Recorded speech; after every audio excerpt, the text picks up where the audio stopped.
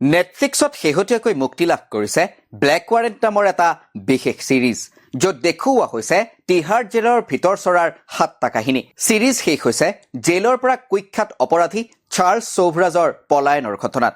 তাৰ পাছত কি হ'ল আৰু এইজন চাৰ্লছ চৌভৰাজৰ বিষয়ে জানিবলৈ আপুনি পঢ়িব পাৰে ৰিচাৰ্ড নেভিলে আৰু জুলিয়ে ক্লাৰ্কৰ গ্ৰন্থ on the trail of the serpent. Charles চৌভৰাজৰ ওপৰত লিখা এইখন বিশেষভাৱে চৰ্চিত গ্ৰন্থখনত লিখা হৈছে চৌভৰাজৰ বিচিত্ৰ অপৰাধৰ কাৰনামা।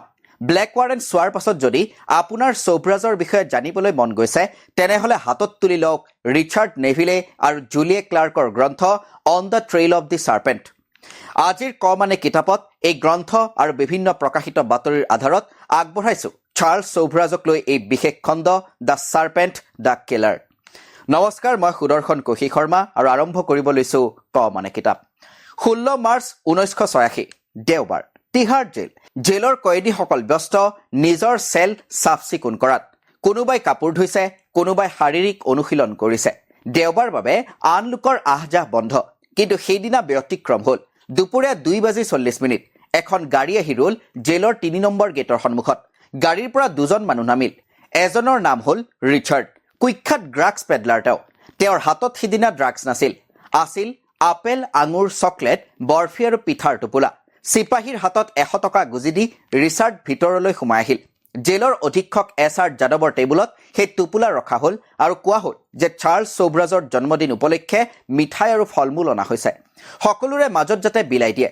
প্ৰায় 10 বছৰ একেখন কাৰাগাৰত থকা চৌভৰাজ আৰু SR যাদৱৰ মাজৰ সম্পৰ্ক বন্ধুৰ দৰে হৈ পৰিছিল। গতিকে অবিশ্বাস কৰাৰ কথা নাহিল। মিঠাই, ফল মূল, চকলেট চিপাহী কয়দী সকলোৰে মাজত বিলাই দিয়া হ'ল। তাৰ পাছত যি ঘটিল ভাৰতৰ ইতিহাসৰ এক অবিশ্বাস্য ঘটনা হৈ ৰ'ল। জেলৰ চিপাহী কয়দীবোৰ এজন এজনকৈ ঢলি পৰিবলৈ ধৰিলে। তাৰ পাছত চাৰ্লছ বহিল জেলৰ গাড়ীৰ চালকৰ আসনত। পাছৰ আসনত জেলৰ ৱাৰ্ডেন আনন্দ স্বৰূপ। নিৰ্বিঘ্নে গাড়ী চলাই জেলৰ পৰা ওলাই বতাহত মিলি গ'ল কুখ্যাত অপৰাধী চাৰ্লছ চৌভৰাজ। তেতিয়া ঘড়ীত সময় আবেলি 3টা। কাৰাগাৰৰ পৰা কিছু দূৰত উদ্ধাৰ হ'ল মুখত টেপ বন্ধা অৱস্থাত ৰাস্তাত পৰি ৰোৱা ৱাৰ্ডেন আনন্দ স্বৰূপ। মাত্ৰ 20 মিনিটৰ ভিতৰত সমগ্ৰ অপাৰেশ্যন কাৰ্যকৰী কৰি তোলা হৈছিল। পৰিকল্পনা অনুসৰি ফল মূল চকলেটত মিলোৱা হৈছিল চেতনানাশক। কিন্তু জেলৰ বাহিৰৰ পৰা কোনে সহায় কৰিছিল চাৰ্লছ চৌভৰাজক? আৰক্ষী নিশ্চিত আছিল চাৰ্লছ চৌভৰাজক প্ৰতিটো ডাঙৰ অপাৰেশ্যনত সহায় কৰে কোনো এগৰাকী মহিলাই। এইবাৰো কোনো মহিলাৰ সহায়তে অকল্পনীয়ভাৱে পলাই গ'ল চাৰ্লছ চৌভৰাজ। অনুসন্ধানত ওলাল তিহাৰ জেলৰ পৰা চৌভৰাজে পলায়ন কৰা সময়তে দিল্লী বিশ্ববিদ্যালয়ৰ গাৰ্লছ হোষ্টেলৰ পৰা নোহোৱা হৈছে স্নেহা সংগাৰ নামৰ এগৰাকী ছাত্ৰী। স্নেহাই চাৰ্লছ চৌভৰাজক আইনী প্ৰক্ৰিয়াত সহায় কৰি আহিছিল। ঝাঁচীৰ ললিতপুৰৰ পৰা গ্ৰেপ্তাৰ কৰা হ'ল স্নেহাক। চৌভৰাজ ক'ত আছে স্নেহাই নাজানে, কিন্তু স্নেহা আৰু চৌভৰাজৰ মাজত আছিল গভীৰ আন্তৰিক সম্পৰ্ক। স্নেহাৰ মানসিক জগত আচ্ছন্ন কৰি ৰাখিছিল দুৰ্ধৰ্ষ চাৰ্লছ চৌভৰাজে। অনুসন্ধানত ওলাল আন এগৰাকী মহিলাৰ পৰিচয়, বৈশালী ৰেড্ডী। তামিলনাডুৰ বিবাহ বিচ্ছেদিত মহিলা, বয়স 46, 3টা সন্তানৰ মাতৃ। চাৰ্লছৰ লগত প্ৰেমৰ সম্পৰ্ক, যি কাৰাগাৰতে চাৰ্লছৰ লগত বিবাহ পাশত আবদ্ধ হোৱাৰ কথা আছিল। কিন্তু তাৰ আগতে পলাল চাৰ্লছ চৌভৰাজ। বৈশালীয়েও নাজানে কলৈ গ'ল চাৰ্লছ চৌভৰাজ। এইজন চাৰ্লছ চৌভৰাজৰ বিৰুদ্ধে 1976 চনত গ্ৰেপ্তাৰী পৰোৱানা জাৰি হৈছিল। 6 গৰাকী মহিলাক হত্যাৰ অভিযোগ। আটাইৰে মৃতদেহ উদ্ধাৰ হয় বিকিনি পৰিহিত অৱস্থাত। Charles Sobhraj the bikini killer. Delhi আৰক্ষীয়ে গ্ৰেপ্তাৰ কৰে চৌভৰাজক। বিশেষ তথ্য প্ৰমাণ নাথাকিলেও চৌভৰাজক দিয়া হয় 12 বছৰৰ কাৰাদণ্ড। কিন্তু কাৰাদণ্ডৰ অন্ত পৰিবলৈ মাত্ৰ 2টা বছৰ বাকী থকা অৱস্থাত কিয় পলায়ন কৰিলে চৌভৰাজে? উত্তৰ আছিল চৌভৰাজৰ হাততেই। কাৰণ থাইলেণ্ডত 11 গৰাকী ব্যক্তিক হত্যাত অভিযুক্ত চাৰ্লছ চৌভৰাজ। ভাৰতত কাৰাবাসৰ অন্ত পৰিলেই চৌভৰাজক হস্তান্তৰ কৰা হ'ব থাই চৰকাৰক। থাইলেণ্ডত এনে হত্যাকাৰীৰ শাস্তি মৃত্যুদণ্ড। সেইবাবেই ভাৰতত কাৰাবাসৰ অন্ত পৰাৰ আগতেই কাৰাগাৰৰ পৰাই পলায়ন কৰে এইগৰাকী দুৰ্ধৰ্ষ হত্যাকাৰীয়ে। তিহাৰৰ পৰা পলায়ন বেছিদিন স্থায়ী নহ'ল। গোৱাৰ এখন ৰেষ্টুৰেণ্টৰ পৰা গ্ৰেপ্তাৰ হ'ল চাৰ্লছ চৌভৰাজ। বান্ধৱীৰ সৈতে আড্ডা দি আছিল। তাতেই ছুটি কটাবলৈ যোৱা মুম্বাইৰ আৰক্ষী বিষয়া মধুকৰ জেণ্ডে চৌভৰাজক দেখিবলৈ পায় আৰু ততালিকে কৰায়ত্ব কৰে। বিশ্বাস হয় জানো? গ্ৰীচৰ কাৰাগাৰ ভাঙি পলায়ন কৰা, তিহাৰৰ অভেদ্য নিৰাপত্তা চেডেলি ভেডেলি কৰি পেলোৱা চাৰ্লছ চৌভৰাজ গ্ৰেপ্তাৰ হ'ব ৰেষ্টুৰেণ্টত। তাকো কৰায়ত্ব কৰিব মুম্বাইৰ এজন বিষয়াই। আচলতে চাৰ্লছ চৌভৰাজ গ্ৰেপ্তাৰ হৈছিল নিজেই। কাৰণ জেলৰ পৰা পলায়ন কৰাৰ অপৰাধত তেওঁৰ আৰু 10 বছৰৰ কাৰাদণ্ড হ'ব। তেতিয়ালৈকে থাইলেণ্ডত ৰুজু হোৱা গোচৰৰ 20 বছৰ উকলি যাব আৰু থাইলেণ্ডত 20 বছৰ পাৰ হৈ যোৱা গোচৰৰ কোনো শাস্তি নহয়। একমাত্ৰ সেইবাবেই তিহাৰ জেলৰ পৰা পলায়নৰ দৰে এটা কঠিন পথ বাছি লৈছিল চাৰ্লছ চৌভৰাজে। চৌভৰাজৰ এই কাহিনী পঢ়ি বিস্ময়ত চকু থৰ হৈ ৰৈছিল ভাৰতবাসীৰ। 1997 চনত চৌভৰাজৰ শাস্তিৰ অন্ত পৰে। ইতিমধ্যে তেওঁৰ অপৰাধৰ বেছিভাগ সাক্ষী, বেছিভাগ অভিযোগকাৰীৰ মৃত্যু হৈছিল। নতুন কোনো গোচৰো নাছিল। সেইবাবেই কাৰাগাৰৰ পৰা মুক্তিৰ পথ সহজ হৈ পৰিল। সেই চৌভৰাজ এইবাৰ গ্ৰেপ্তাৰ হয় নেপালত। চন 2003 কাঠমাণ্ডুৰ এটা কেচিনোত চাৰ্লছ চৌভৰাজক প্ৰত্যক্ষ কৰে দ্য হিমালয়ান টাইমছৰ এজন সাংবাদিকে। দুসপ্তাহ ধৰি চৌভৰাজৰ পিছ লয় সাংবাদিকজনে। নিশ্চিত হয় যে চৌভৰাজ এইবাৰ জুৱাৰ ধান্দাত নামিছে। হিমালয়ান টাইমছত এই খবৰ প্ৰকাশ পায়। তাৰ পাছতে 1975 চনৰ এটা হত্যাৰ গোচৰত কাঠমাণ্ডু আৰক্ষীয়ে চাৰ্লছ চৌভৰাজক গ্ৰেপ্তাৰ কৰে। আদালতে তেওঁক যাৱজ্জীৱন কাৰাদণ্ড বিহে। চাৰ্লছৰ তেতিয়াও দাবী আছিল কোনো আদালতেই তেওঁক হত্যাকাৰী বুলি প্ৰমাণ কৰিব পৰা নাই। মিডিয়াইহে হত্যাকাৰী সজাইছে।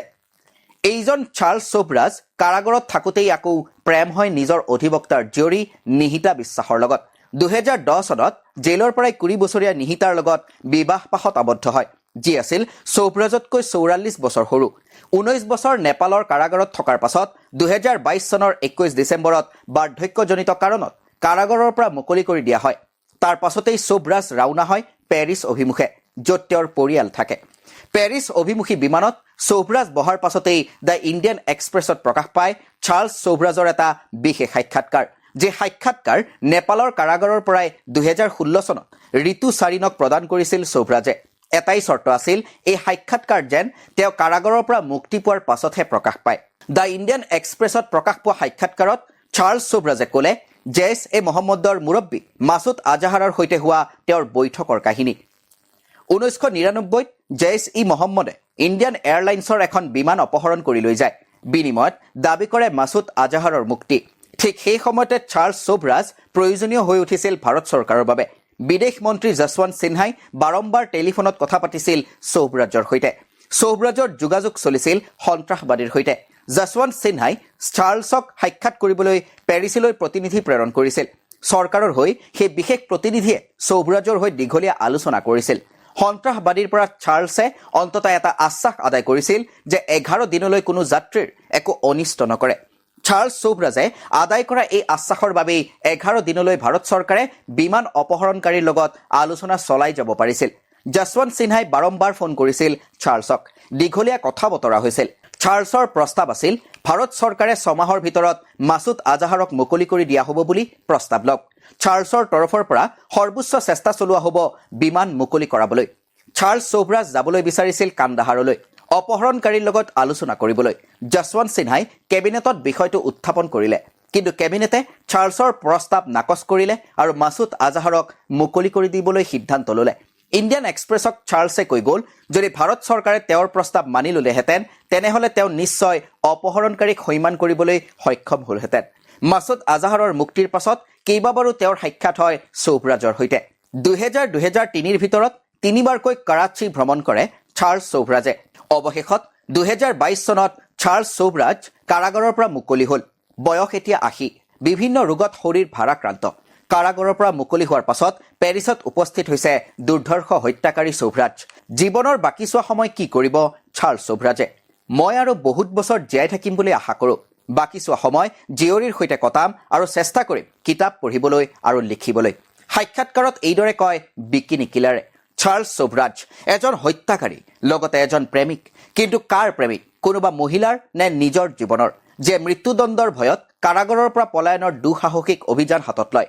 কমেও 20টা হত্যাকাণ্ডত নাম সাঙুৰ খোৱাৰ পাছত কেনেদৰে জীয়াই থাকিল চাৰ্লছ চৌভৰাজ, সেয়াও এক অন্য বিস্ময়। গ্ৰীচৰ দুৰ্ভেদ্য কাৰাগাৰ অতিক্ৰম কৰাটো কিদৰে সম্ভৱ হ'ল? তিহাৰ জেলৰ পলায়নৰ কাহিনী আজিও সাঁথৰৰ দৰেই ৰহস্যখন।